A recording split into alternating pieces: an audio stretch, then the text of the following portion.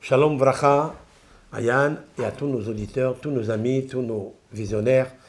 Shalom Vracha, à tout le monde. Nous sommes le Yom HaShishi, vendredi, 1h30 avant Shabbat, et c'est le meilleur moment du Shefa, c'est-à-dire de la profusion de bonnes influences qu'on peut capter dans ces moments-là, juste en préparation au Shabbat. Le Zohar HaKadosh dit que à partir de maintenant, HaKadosh Baruch Hu, il envoie des bons malachim pour évacuer les accusateurs du Ham Israël. Et donc, si les accusateurs du Ham Israël, du peuple Israël, sont éloignés, dit le Zohar HaKadosh, le Ham Israël, il peut vivre une influence positive, bénéfique, dans tous les domaines. Dans son mazal, dans sa richesse, dans ce qu'il veut, ce qu'il souhaite. Je voudrais, avec l'aide de Hachem, raconter un midrash, mais ce midrash, il me révèle quelque chose que nous avons parlé toutes ces dernières semaines, c'est-à-dire la force de la loi de l'attraction. Ce que tu aimais, ben tu le possèdes. En racontant deux petites histoires, très courtes mais magnifiques. Je cite le Midrash. Vous savez très bien que le peuple Israël était dans le désert. Mais qu'est-ce qu'ils vont manger? Quelles sont les sources alimentaires dans un désert? Rien. Maintenant, il faut mériter que Dieu il envoie de la nourriture. Comment on mérite pour envoyer la nourriture? Mon cher Rabbeinu alav shalom a prié à Hachem et l'Éternel de lui dire Hineni mamtir lachem lechem min hashamayim. Voici, je vais déverser, je vais faire pleuvoir. Je vais traduire chaque mot parce qu'il est intéressant. Hineni me voici. Mamtir vient du mot matar. Matar, c'est la pluie. Mamtir, donc, je vais déverser lachem pour vous, lechem du pain min hashamayim. Mon cher Rabbeinu, il rapporte ça au peuple d'Israël, oui. Maintenant, c'est vrai qu'il peut avoir du pain qui descend du ciel. Ça, personne n'a pu s'imaginer une chose pareille. Le peuple d'Israël s'est imaginé et il s'est produit. Mais ça passe par mon cher Rabbeinu. Hada ou dirtiv. Et c'est ce qui est marqué dans le texte. Shlach lachmecha al pene hamayim kiberov ayamim timsaenu. En rapprochant les deux textes, un de la Bible et un de l'Ecclésiaste, du roi Salomon, l'Ecclésiaste 11, il dit Shlach lachmecha, envoie ton pain, al pene hamayim, sur la surface de l'eau, car un jour tu le retrouveras. C'est vrai? Quel est le rapprochement qu'il y a entre ces deux choses? C'est une bonne question. Nos sages ont fait connecter une parole de la manne, que Dieu, oui, va déverser la manne d'en haut, avec le passouk envoie ton pain au bord de l'eau, car un jour tu vas le retrouver. Qu'est-ce que ça a à voir l'eau avec l'histoire du ciel? Ça, c'est la première question. Rabbi Hanin Amar, vient un maître du Talmud et dit, lorsque Akadosh Baruch Hu, il a appelé Avraham, au moment de la Akedat Yitzhak, du sacrifice d'Isaac, et il lui a dit Avraham, Hineni, me voici. Alors Akadosh Baruch Hu lui a dit, tu as dit, me voici? Tu étais prêt à recevoir? Alors sache que ce terme que tu as employé, je vais l'employer lorsque tes petits-enfants seront dans le désert et ils auront besoin de pain.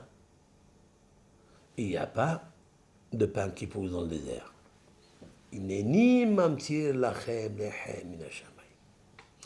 Toi, Avraham, tu as dit, Hineni, me voici.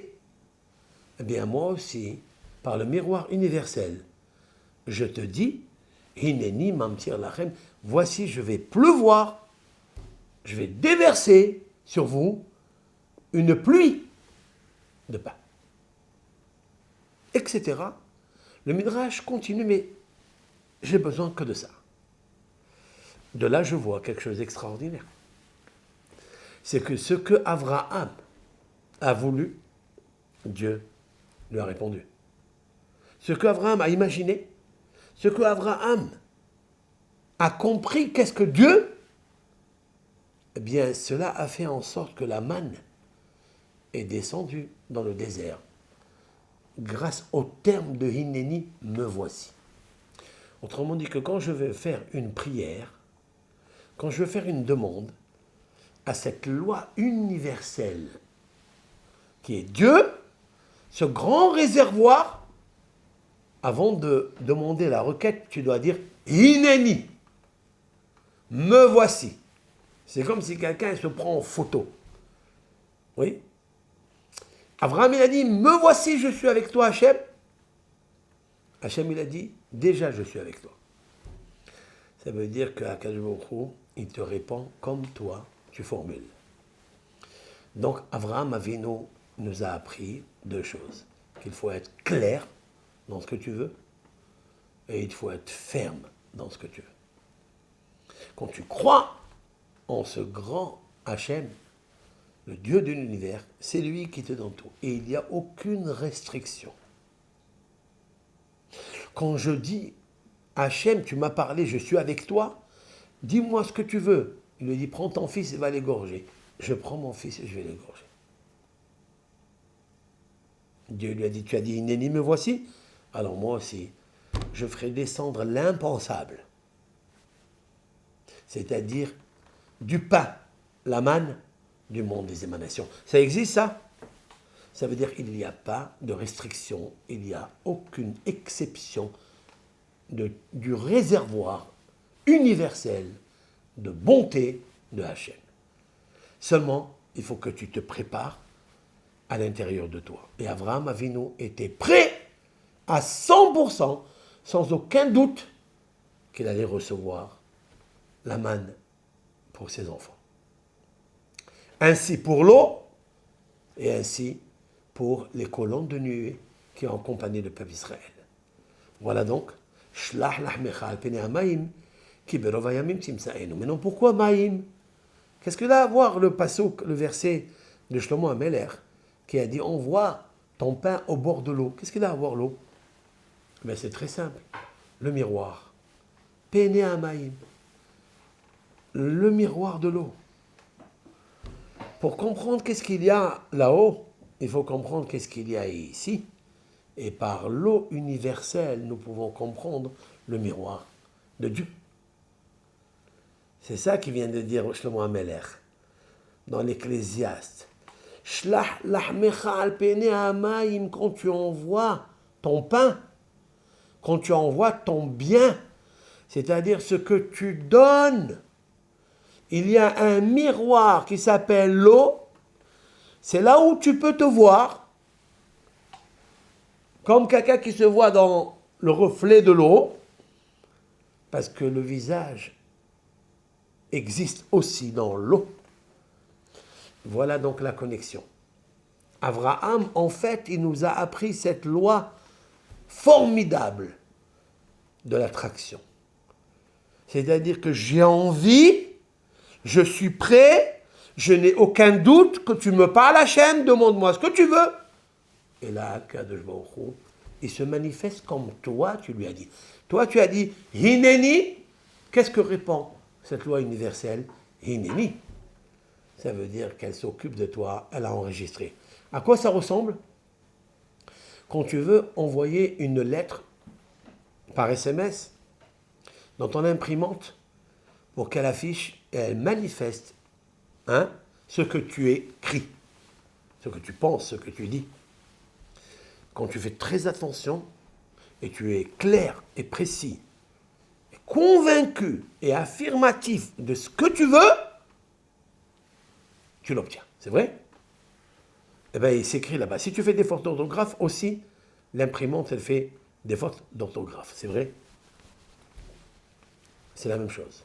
Si tu demandes quelque chose avec conviction, il n'y a pas de faute. L'universel reçoit, capte et il t'envoie ce que tu demandes. Maintenant, écoute-moi bien, mais demande-le bien. Et sois convaincu à 100% que Akadosh Baruch Hu, il écoute et il te répond. C'est pas la peine de dire peut-être ça, il ne pourra pas. Eh bien, il pourra tout, même du pain qui fait descendre du monde des émanations du désert. Maintenant, écoute-moi bien. Avraham Avinu, c'est le père de la Emouna, le père du monothéisme. Quand je réfléchis vraiment, je pense que c'est lui qui a inventé et qui a compris cette loi d'attraction. Et pour cela, je vais raconter deux petites histoires de la Emouna. Kol Tov Lachem.